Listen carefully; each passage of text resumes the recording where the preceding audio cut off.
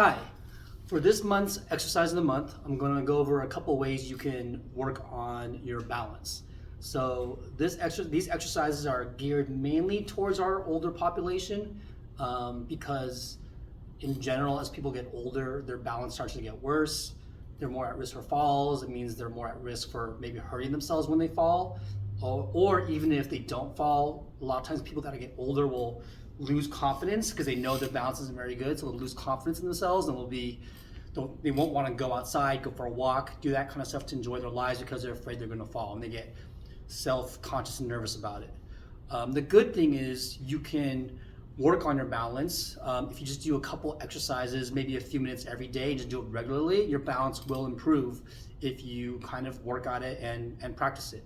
So today we're going to go over a few things you can do to work on your balance. So first thing, you want to be safe. So I have this, whatever we call it's this ladder barrel here, but what you want is some kind of countertop, a table, something nice and steady where you can put your hands on, because again, we are going to be doing stuff where we work on our balance, so you want to have something that you can put your hands on just in case you start to lose your balance. So there's two main things we're going to be doing. One is simply standing on one leg, okay, to work on your balance. And the other thing is what's called a tandem stance, where you put one foot right in front of the other, like this. And with your feet so close together, your base of support is very skinny, so it makes it harder to balance, okay? So we'll start with this one first, since we're already in this position. So again, I'm gonna take my feet and place one right in front of the other, okay? And I'm gonna balance, okay? So there's ways of making these exercises easier or harder depending on what your level is. So if I'm doing this and it's really, really hard, I'm like all over the place and I can't maintain it that well, I can make this exercise a little bit easier if I take my feet a little bit wider apart. So with your feet a little bit wider apart, that makes you more steady and makes it a little bit easier to balance. And then as I'm working on this, I'm getting better at this, as I improve, I can challenge myself by then starting to move my feet closer and closer together. Okay, another thing that you can do is, let's say I have one foot in front of the other and I'm really good at this already, then you can challenge yourself by looking side to side. So I like this variation because in the real world, when we're walking around and stuff, we don't just look straight in front, we actually look around to see things, interact with people, all that kind of stuff.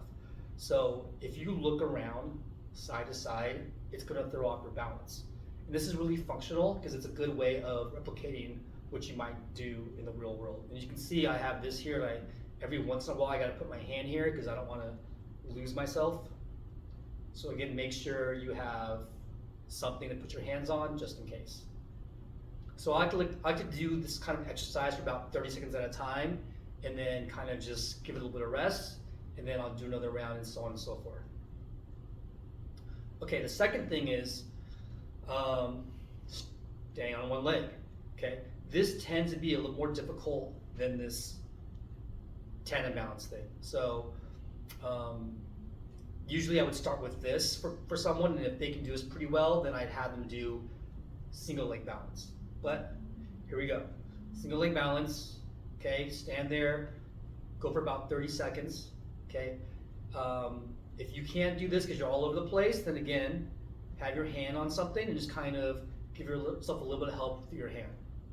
If this becomes really easy where you can do it no problem, then again, you can throw yourself off and challenge yourself by again looking side to side, and the change in the viewing and what you see in your eyes, that change will kind of start throwing you off. Okay, and then obviously you would switch to the other side and so on and so forth. Okay, thank you.